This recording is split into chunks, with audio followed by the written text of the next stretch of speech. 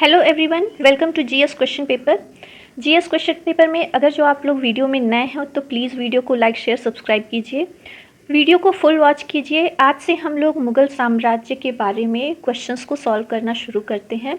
ये test series आप सभी लोगों के लिए मोस्ट इम्पॉर्टेंट होने वाली है, ख़ासकर उनके लिए जो यूपी टीजीटी पीजीटी एग्ज़ाम्स को अटेम्प्ट करने वाले हैं। क्वेश्चंस मोस्ट इम्पॉर्टेंट हैं, आप लोग ध्यान से देखिए और सॉल्व करने की कोशिश करिए और देखिए कितने आंसर्स को आप लोग सॉल्व कर पाते हैं। क्वेश्चंस में आगे बढ़ने से पहले आप लोगों से को बताना चाहेंगे कि अभी तक हम लोगों ने पिछले वीडियो में भारत पर अरबों के आक्रमण से लेकर के लोदी वंश तक के जितने भी मोस्ट इम्पॉर्टेंट क्वेश्चन बनते हैं उन सभी को सॉल्व किया है। आज भी हम लोग मुग़ल साम्राज्य को स्टार्ट करते हैं। यहाँ पे मैंने मुग़ल साम्राज्य को स्टार्टिंग से न लेकर के मिक्स क्वेश्चंस को किया है ताकि आप लोग थोड़ा गेस करने में अपना दिमाग लगाएं, क्योंकि अगर जो हम लोदी वंश में पढ़ा रहे हैं इब्राहिम लोदी के बारे में तो मैक्सिमम आंसर्स इब्राहिम लोदी से ही रिलेटेड थे, तो आप लोग फटाफट आंसर कर ले रहे थे। इसमें आप लोगों को देखना पड़ेगा कि कौन से हैं, सारे मुग़ल साम्राज्य के जितने भी राजवंश हैं उन सबसे रिलेटेड होकर के क्वेश्चंस को लिया गया है। चलिए आगे बढ़ते हैं, क्वेश्चन सॉल्व करते रहिएगा। फर्स्ट क्वेश्चन है, बाबर ने 1526 ईस्वी में किस वंश के शासक को पराजित कर मुग़ल साम्राज्य की नींव डाली? सैयद वंश, लोदी वंश, तुगलक वंश, खिलजी वंश। यहाँ पर हम लोगों का ऑप्शन सेकंड सही होता है। लोदी वंश को हरा करके बाबर ने मुग़ल साम्राज्य की नींव डाली। सेकंड क्वेश्चन है, पानीपत का प्रथम युद्ध कब हुआ था? 21 अप्रैल 1529 ईस्वी में, 21 अप्रैल 1526 ईस्वी में, 15 अप्रैल 1528 ईस्वी में या 15 अप्रैल 1526 ईस्वी में? इसका सही आंसर होगा सेकेंड ऑप्शन, 21 अप्रैल 1526 ईस्वी। नेक्स्ट क्वेश्चन, बाबर ने प्रसिद्ध तुगलमा नीति का प्रयोग सर्वप्रथम किस युद्ध में किया था? खानवा के युद्ध में, घाघरा के युद्ध में, पानीपत के प्रथम युद्ध में या फिर चंदेरी के युद्ध में? इसमें थर्ड ऑप्शन सही होता है।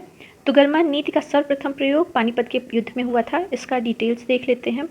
इस युग में तुगलमा पद्धति का प्रयोग किया। यह अब तक के युद्धों में पहला ऐसा युद्ध था जिसमें इसका प्रयोग किया गया है। इसके साथ साथ इस युद्ध में उस्मानी विधि का भी प्रयोग किया। उस्मानी विधि यानी कि तोप सजाने की विधि, और यह विधि इसने तुर्कों से सीखी थी। इस पॉइंट को आप लोग ध्यान रखिएगा। नेक्स्ट है, किस युद्ध को जीतने के उपरांत बाबर ने खजाने का मुंह अमीर, सगे संबंधियों आदि के लिए खोल दिया और इस उदारता के लिए उसे कलंदर की उपाधि दी गई? यहाँ पर चारों युद्ध क्रमशः दिए गए हैं। इसमें से फर्स्ट ऑप्शन सही हो जाता है, पानीपत का प्रथम युद्ध 1526 ईस्वी। नेक्स्ट क्वेश्चन है, किस मुस्लिम शासिका चांद बीबी, एक मुस्लिम शासिका थी चांद बीवी जिसने बरार को अकबर को सौंपा, निम्नलिखित में से किस राज्य से संबंधित है? चार ऑप्शन यहाँ पे हैं, बीजापुर, गोलकुंडा, अहमदनगर, बरार। तो मुस्लिम शासिका चांद बीबी जिसने बरार को अकबर को सौंपा वह अहमदनगर से संबंधित है, तो यहाँ पे थर्ड ऑप्शन हम लोगों का सही होता है। नेक्स्ट क्वेश्चन है, सूची ए को सूची बी से सुमेलित कीजिए। यहाँ पर सूची ए में बाबर द्वारा लड़े गए युद्ध हैं और बी में शासक हैं। आपको कौन सा युद्ध किस शासक के साथ है इससे मैच करवाना है। पानीपत का प्रथम युद्ध 1526 ईस्वी इब्राहिम लोदी के साथ, फिर खानवा का युद्ध 1527 ईस्वी राणा सांगा के साथ, चंदेरी का युद्ध 1528 ईस्वी में मेदिनी राय के साथ, और घाघरा का युद्ध 1529 ईस्वी में अफगानों के विरुद्ध महमूद लोदी जिस समय थे, तो ये लड़ा गया था। यहाँ पे फर्स्ट ऑप्शन सही होता है, ये चारों के चारों सुमेलित हैं। नेक्स्ट क्वेश्चन है, मुगल प्रशासन व्यवस्था में मनसबदारी प्रथा को किसने प्रारंभ किया? मनसबदारी प्रथा से रिलेटेड बहुत क्वेश्चन बने हैं, सारे का मैंने पॉइंट नीचे डिटेल में दिया हुआ है। यहाँ पे एक क्वेश्चन सिर्फ उठाया गया है, मुगल प्रशासन व्यवस्था में मनसबदारी को प्रथा को किसने प्रारंभ किया था? तो सेकेंड ऑप्शन अकबर सही होता है, शाहजहाँ, जहांगीर, बाबर नहीं। यहाँ पर अकबर सही ऑप्शन है। मनसबदारी प्रथा से रिलेटेड जितने भी क्वेश्चन अभी तक बने हैं उन सबको हम लोग देख लेते हैं। अकबर ने सबसे पहले मनसबदारी व्यवस्था की नींव रखी थी। मनसब का क्या अर्थ होता था? पद या श्रेणी। अकबर ने अपने अंतिम वर्ष यानी कि 19वें वर्ष में मनसबदारी व्यवस्था जिसमें एक जात और एक सवार नामक द्वैध मनसबदार प्रथा को प्रारंभ किया। जात पद से रिलेटेड था, सवार उसमें कितने घुड़सवारों की संख्या होगी ये था। मनसबदारी व्यवस्था सैनिक व्यवस्था का मूल आधार थी, ये सेना से संबंधित था। जात शब्द व्यक्ति की वेतन और पद की स्थिति का बोध होता था, जबकि सवार सबसे घुड़सवार दस्ते की संख्या का बोध होता था। अकबर के समय में सबसे छोटा मनसब 10 का था तथा सबसे बड़ा मनसब 10,000 का होता था, जो कालांतर में 12,000 तक हो गया था। ये अभी तक के जितने पॉइंट हैं सब यहाँ पे नीचे दिया हुआ है। नेक्स्ट क्वेश्चन है, सती प्रथा पर पूर्ण रूप से प्रतिबंध लगाने वाला मुगल शासक कौन था? यहाँ पर अकबर, हुमायूं, जहांगीर, औरंगजेब 4 ऑप्शन दिए हुए हैं। अकबर ने सती प्रथा पर प्रतिबंध लगाया था, लेकिन ये ऑप्शन नहीं सही होगा। सही ऑप्शन होगा औरंगजेब। औरंगजेब ने पूर्ण रूप से प्रतिबंध लगाने की बात कही गई है, तो इसके लिए औरंगजेब सही होगा। अकबर ने प्रतिबंध लगाया था, लेकिन पूर्ण रूप से प्रतिबंध नहीं लगाया था। जो लोग इच्छा से सती प्रथा करना चाहते थे वो लोग करते थे, लेकिन औरंगजेब ने पूर्ण रूप से प्रतिबंध लगाया। नेक्स्ट क्वेश्चन है, किस मुगल शासक ने भारत की वनस्पतियों, प्राणी जगत, ऋतुओं और फलों का विशद विवरण अपनी दैनंदिनी यानी कि डायरी में दिया है? अकबर, जहांगीर, बाबर और औरंगजेब। यहाँ पर थर्ड ऑप्शन सही होता है, बाबर ऑप्शन यहाँ पर सही होगा। नेक्स्ट क्वेश्चन, अच्छा इसका डिटेल भी यहाँ पे दिया हुआ है, बाबर ऑप्शन क्यों सही होता है। बाबर ने तुर्की भाषा में अपनी आत्मकथा, ये पॉइंट एग्जाम में पूछा है कि बाबर नामा की किस रचना में हुई थी, अरबी, फारसी, तुर्की, तो ये तुर्की भाषा में है। जिसका फारसी भाषा में अनुवाद किसने किया था, तो अब्दुल रहीम खान खाना ने किया था। क्वेश्चन पूछा गया है अंग्रेजी भाषा में किसने अनुवाद किया था, तो लीडेन और अर्स्किन ने 1826 में अंग्रेजी भाषा में अनुवाद किया और बेवरेज ने इसका संशोधित अंग्रेजी संस्करण निकाला। ये क्वेश्चन पॉइंट आपके टीजीटी पीजीटी के लिहाज से मोस्ट इम्पॉर्टेंट है। इसके अलावा ये भी पॉइंट कि बाबर को मुबैयान नामक पद्य शैली का जन्मदाता माना जाता है। इसके अतिरिक्त बाबर ने खत-ए बाबरी नामक लिपि का भी आविष्कार किया। ये अक्सर बुक में नहीं रहता है, लेकिन ये है, बाबर ने खत-ए बाबरी नामक एक लिपि का भी आविष्कार किया था। इसको आप लोग नोट डाउन करिएगा।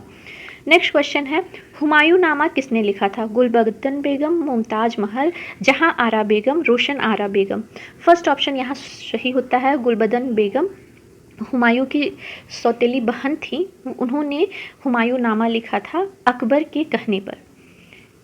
नेक्स्ट क्वेश्चन है, किस मुगल सम्राट के शासनकाल में सैयद बंधुओं का पतन हुआ? सैयद बंधुओं से रिलेटेड भी कई क्वेश्चन आता है, अलग अलग ना पूछ करके मैंने यहाँ पे नीचे पॉइंट में उसको भी एक जगह पे दिया हुआ है। आप लोग जितने भी पॉइंट देख रहे हैं उस पर क्वेश्चन बना करके उसको लर्न कर सकते हैं। पहला ऑप्शन है बहादुर शाह, रफ़ी-उद-दौला, शाहजहाँ द्वितीय या फिर मोहम्मद शाह। तो सैयद बंधुओं का पतन हुआ था मोहम्मद शाह के शासनकाल में। मोहम्मद शाह जिसे रंगीला भी कहते हैं। आइए इससे रिलेटेड जितने पॉइंट हैं वो देख लेते हैं। सैयद बंधु भारतीय इतिहास में राजा बनाने वाले यानी कि किंग मेकर के नाम से प्रसिद्ध थे। ये 1717 से 1720 तक सैयद अब्दुल्ला खां और हुसैन अली जो थे वो मुग़ल दरबार में सबसे शक्तिशाली व्यक्ति थे। इन्होंने 4 मुग़ल बादशाहों को पद प्रतिष्ठित किया और उनकी हत्या भी करवाई थी, जिसमें फ़र्रुखसियर पहले, रफ़ी-उद-जात और रफ़ी-उद-दौला और मोहम्मद शाह सबसे आखिरी में थे। सत्तारूढ़ करने में उनकी सहायता की। औरंगजेब की मृत्यु के बाद मुग़ल सिंहासन के लिए हुए उत्तराधिकार के युद्ध में ये दोनों भाई बहादुर शाह का नेतृत्व करते हैं और पहली बार सत्ता में आते हैं। इसके बाद ये फ़र्रुखसियर बहादुर शाह के पुत्र को मरवा करके फ़र्रुखसियर जो यहाँ पे ऊपर आप लोग देख रहे हैं इसको पद पे बैठाते हैं। इसके बाद फ़र्रुखसियर की हत्या करके फिर लाइन से ये जितने दिए हुए हैं लास्ट में मोहम्मद शाह तक बैठाते हैं। चलिए इस आगे क्वेश्चन देखा जाए। मोहम्मद शाह रंगीला, इसे रंगीला क्यों कहा जाता था? क्वेश्चन भी पूछा है किस शासक को रंगीला नाम से बुलाया जाता था। तो ये मोहम्मद शाह थे। मुग़ल बादशाह 1919 से 48 तक थे। बड़े रंगीन तबके थे और नाच गाने का शौक़ था। इनका राज्याभिषेक भी सैयद बंधुओं की सहायता से हुआ, परंतु सैयद बंधुओं से इनको खतरा पैदा हो गया था क्योंकि इन्होंने पहले भी कई सारे मुग़ल सम्राटों का कत्ल करवाया था, जिसके कारण उन्होंने आसफ़ जाह प्रथम जो कि आगे चल के हैदराबाद के निज़ाम बने, उनकी सहायता से सैयद बंधुओं को ख़त्म करवा दिया। 1719 में फ़र्रुखसियर को उखाड़ फेंकने में सैयद बंधुओं को, अच्छा फ़र्रुखसियर से रिलेटेड जो क्वेश्चन आ रहा है, पहली बार जिसको बैठाया था फर्रुखसियर को उखाड़ फेंकने में सैयद बंधुओं की मदद करने वाले कौन थे? तो ये थे पेशवा बालाजी विश्वनाथ। ये क्वेश्चन बना हुआ है, तो आप लोग इस पॉइंट को देख लीजिएगा। नेक्स्ट क्वेश्चन है, मुबैयान नामक पद्य शैली के जन्मदाता बाबर ने अपनी आत्मकथा तुजुक ए बाबरी किस भाषा में लिखी है? अभी मैंने ऊपर जिस क्वेश्चन को बताया है वही क्वेश्चन यहाँ पर है। फारसी में, उर्दू में, तुर्की में, अरबी में। तो थर्ड ऑप्शन सही होता है, तुर्की भाषा में बाबर ने अपनी आत्मकथा तुजुक ए बाबरी या बाबरनामा लिखा था। नेक्स्ट क्वेश्चन, बाबर को भारत पर आक्रमण करने के लिए आमंत्रित करने वाले में से कौन शामिल नहीं था? यहाँ पर 4 ऑप्शन दिए गए हैं। पहला है पंजाब का सूबेदार दौलत खान लोदी व उसका पुत्र दिलावर खान लोदी, ये पॉइंट सही है। दूसरा है इब्राहिम लोदी के चाचा आलम खान लोदी, इन्होंने भी दिया था आमंत्रण। मेवाड़ की शासक राणा सांगा, ये थर्ड पॉइंट भी सही है, लेकिन फोर्थ पॉइंट गलत है, चंदेरी के शासक मेदिनी राय शामिल नहीं थे। नेक्स्ट क्वेश्चन, निम्नलिखित में से किस स्थान पर नादिर शाह ने चढ़ाई नहीं की थी? यहाँ पर 4 दिए हुए हैं, लाहौर, करनाल, दिल्ली, कन्नौज। तो कन्नौज फोर्थ ऑप्शन हम लोगों का सही होता है। कन्नौज पर नादिर शाह ने चढ़ाई नहीं की थी, बाकी लाहौर, करनाल, दिल्ली ये सारे हैं। आइए इसके बारे में देख लेते हैं। करनाल के युद्ध से ही दिल्ली पर वह शासक बना था। नादिर शाह से भी रिलेटेड जितने क्वेश्चन हैं उनको मैंने यहाँ पे दिया है, बार बार नादिर शाह को पढ़ाना सही नहीं है, आप लोग देख लीजिएगा। नादिर शाह फारस का शासक था, उसे ईरान का नेपोलियन कहा जाता था। भारत पर नादिर शाह का आक्रमण कब हुआ था क्वेश्चन बने, तो उसका आंसर है 14 फरवरी 1739 को हुआ था। उस समय कौन दिल्ली का शासक था? तो उस समय नादिर शाह के आक्रमण के समय मोहम्मद शाह रंगीला मुगलों का राजा था। फिर मुगल सेना के साथ हुए नादिर शाह के युद्ध को क्या कहते हैं, या किस जगह पे नादिर शाह और मुगल सेना का युद्ध हुआ था? तो करनाल में हुआ था, करनाल के युद्ध के नाम से जाना जाता है। और यहाँ पे युद्ध के बाद उसे क्या क्या प्राप्त हुआ है ये आप लोग देख लीजिए। प्रसिद्ध मुगल सिंहासन तख्ते ताउस, जिसे मयूर सिंहासन कहते हैं, उसको शाहजहां ने निर्मित करवाया था। इसका मूल्य 1 करोड़ रुपए था। इसके साथ साथ कोहिनूर हीरा और शाही ताज में जड़े हुए जितने भी रत्न होते हैं वो सब निकलवा करके नादिर शाह अपने साथ ले जाता है। और मोहम्मद शाह द्वारा तैयार करवाई गई हिंदू संगीत की प्रसिद्ध चित्रित फारसी पांडुलिपि को भी नादिर शाह अपने साथ ले गया। नेक्स्ट पॉइंट है, मुगल साम्राज्य का राजनीतिक, सैनिक और नैतिक पतन अब पूर्ण जग जाहिर हो गया था और यहीं से ही मतलब भारत में मुगलों का पतन होना शुरू हो जाता है। अहमद शाह अब्दाली के भावी आक्रमण के लिए भारत के द्वार भी इसने खोल दिए थे। साथ ही साथ अहमद शाह अब्दाली, जिसने 1748 से 1767 तक भारत पर 5 बार आक्रमण किए और चरम परिणति कब हुई थी? पानीपत के तृतीय युद्ध के रूप में हुई थी। यह नादिर शाह के आक्रमण का ही प्रभाव था। नेक्स्ट क्वेश्चन है, निम्नलिखित में से कौन सी आत्मकथा है? यहाँ पे 4 दिए हैं, आपको बताना है चारों में से कौन सी आत्मकथा है। अकबरनामा, हुमायूंनामा, बादशाहनामा, तुजुक ए बाबरी।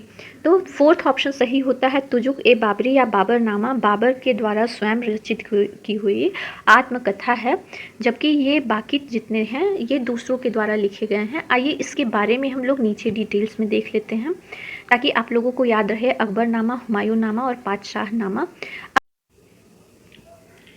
अकबरनामा मुगल बादशाह अकबर के दरबारी जो विद्वान थे अबुल फजल के द्वारा लिखा हुआ ऐतिहासिक ग्रंथ है। ये सबसे ज़्यादा प्रमाणिक है क्योंकि लेखक को इसकी बहुत सी निजी बातों की जानकारी थी और सरकारी कागजों तक उसकी पहुंच थी, इसीलिए इसे प्रमाणिक माना जाता है। दूसरा था हुमायूंनामा। गुलबदन बेगम जो कि बाबर की बेटी और हुमायूं की बहन थी, इन्होंने हुमायूंनामा नामक ग्रंथ की रचना की थी। फारसी भाषा में यह रचित है। यह 2 भागों में बटा हुआ है। पहला भाग बाबर के इतिहास से संबंधित है और दूसरा भाग हुमायूं के हालात का बयान करता है और हुमायूं का भी पार्ट 3 भागों में बटा हुआ है। चलिए लास्ट जो था पातशाहनामा, उसके बारे में देख लेते हैं। पातशाहनामा एक मुगल कालीन ऐतिहासिक कृति है जिसकी रचना अब्दुल हमीद लाहौरी ने की थी। इस पॉइंट को आप लोग ध्यान दीजिएगा। पातशाहनामा की रचना किसने की है, क्वेश्चन पूछा हुआ है।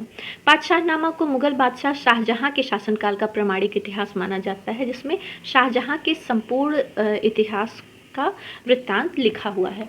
नेक्स्ट क्वेश्चन की तरफ बढ़ते हैं। आप लोग ये सारे जितने इंपॉर्टेंट पॉइंट्स दिए जाते हैं इसका स्क्रीनशॉट लेकर के भी रख सकते हैं। निम्नलिखित में से कौन सा सुमेलित नहीं है? 4 पॉइंट दिए गए हैं। हुमायूं नामा हुमायूं, तुजु के बाबरी बाबरी बाबर के द्वारा, तुजु के जहांगीरी जहांगीर के द्वारा, शाहजहांनामा मोहम्मद सालेह। इसमें से कौन कौन सा सुमेलित नहीं है आपको बताना है। यहाँ कूट भी दिया हुआ था लेकिन मैंने उसे हटा दिया है क्योंकि सिर्फ एक सुमेलित नहीं है। फर्स्ट ऑप्शन हुमायूं नामा गुलबदन बेगम के द्वारा लिखा हुआ है, बाकी तुजु के बाबरी बाबर के द्वारा, तुजु के जहांगीरी जहांगीर के द्वारा और शाहजहांनामा मोहम्मद सालेह के द्वारा लिखा हुआ है। तो यहाँ फर्स्ट ऑप्शन हम लोगों का हुमायूं नामा ये सही सुमेलित नहीं है। नेक्स्ट क्वेश्चन है, किस मुगल शासक का 2 बार राज्याभिषेक हुआ? अकबर, जहांगीर, शाहजहां, औरंगजेब। यहाँ चारों ऑप्शंस में से किसका 2 बार राज्याभिषेक हुआ? तो ये औरंगजेब है, फोर्थ ऑप्शन सही होता है। इसका डिटेल देख लेते हैं।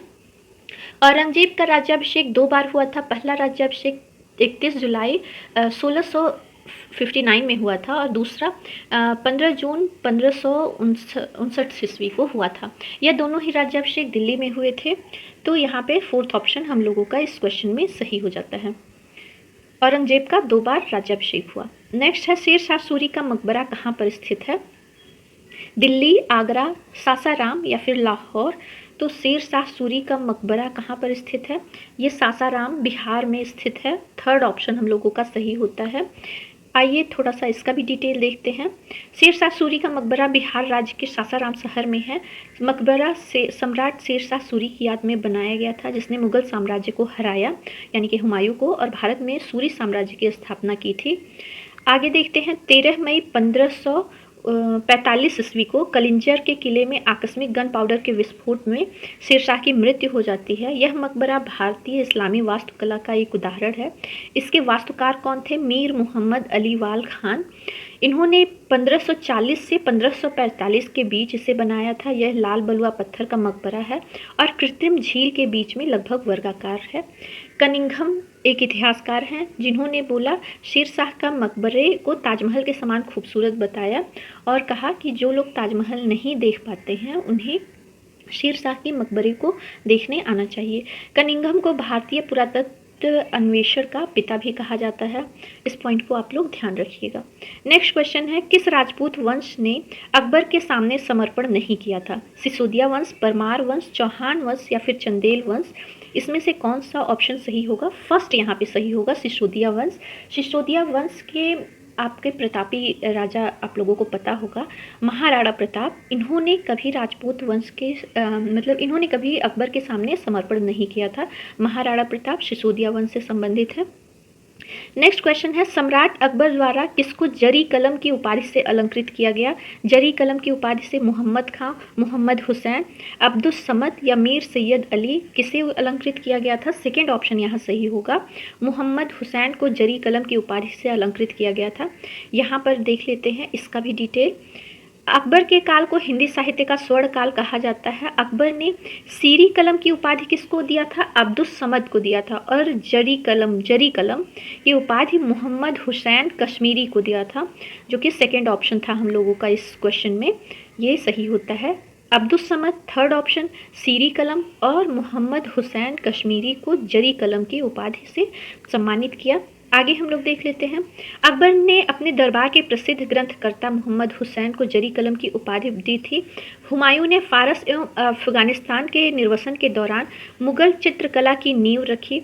फारस में ही हुमायूं की 2 महानतम चित्रकारों मीर सैयद अली और अब्दुस समद से हुई थी। अब्दुस समद की कृतियों का संकलन जहांगीर के गुलशन चित्रावली में किया गया है। ये सारे पॉइंट आप लोग देख लीजिएगा। जहांगीर की गुलशन चित्रावली किसने की थी? अब्दुस समद ने। ये सारे टीजीटी पीजीटी के लिए मोस्ट इंपॉर्टेंट है, इसलिए आप लोग ध्यान दीजिएगा। फतेहपुर सीकरी स्थित लाल पत्थर से निर्मित शेख सलीम चिश्ती के मकबरे को संगमरमर का करवाया किसने? अकबर ने, जहांगीर ने, शाहजहां ने या फिर दारा शिकोह ने? तो पहले यह लाल बलुआ पत्थर से निर्मित था जिसे अकबर ने निर्मित करवाया था और जहांगीर ने इस मकबरे को संगमरमर का करवाया, जो कि बहुत ही खूबसूरत दिखता है। नेक्स्ट क्वेश्चन है, किस मुगल शासक को पहले आगरा में दफनाया गया, उसके बाद उसकी अफगान विधवा पत्नी शव को काबुल ले गई और वहीं एक बाद में दफनाया? बाबर, हुमायूं, अकबर या फिर जहांगीर? इसमें फर्स्ट ऑप्शन सही होता है। इन्हें पहले आगरा में दफनाया गया था और फिर बाद में उनकी पत्नी काबुल ले गई और बाग में दफनाया गया। नेक्स्ट क्वेश्चन, किस मुगल शासक को उपवनों उद्यानों में अत्यंत अभिरुचि के कारण उसे उपवनों का राजकुमार या मालियों का मुकुट कहा गया है? बाबर, हुमायूं, अकबर, शाहजहां? इसमें फर्स्ट ऑप्शन सही होगा, बाबर को कहा गया है। इसने अपनी आत्मकथा में यहाँ भारतीय जो वातावरण, यहाँ के पेड़ पौधे, पशु पक्षियों का, यहाँ के मौसम का विशद वर्णन अपनी डायरी में किया है। ऊपर हमने इसके बारे में आपको बताया है। वह कौन सा मुगल शासक था जिसने कुषाण साम्राज्य के पतन के बाद भारतीय साम्राज्य में काबुल व कांधार को शामिल किया? ये क्वेश्चन यूपी टीजीटी पीजीटी से रिलेटेड है। तो बाबर, हुमायूं, अकबर, जहांगीर, वह कौन सा मुगल शासक था जिसने कुषाण के बाद भारतीय साम्राज्य में काबुल व कांधार को शामिल किया? तो इसमें फर्स्ट ऑप्शन सही होता है, बाबर। बाबर हमारा आंसर सही होगा। आज की वीडियो में बस इतना ही। अगर आपको क्वेश्चंस के सिलेक्शन अच्छे लगे हों तो प्लीज़ मुझे कमेंट में बताइए आपको मेरा वीडियो कैसा लगा। साथ ही साथ वीडियो को लाइक किया करिए, शेयर किया करिए, सब्सक्राइब किया करिए और बेल आइकन को प्रेस करके रखिए, जिससे आपको मेरे वीडियो की नोटिफिकेशन टाइम पे मिलते रहे। नेक्स्ट वीडियो में मिलते हैं। अभी तक के लिए बाय बाय।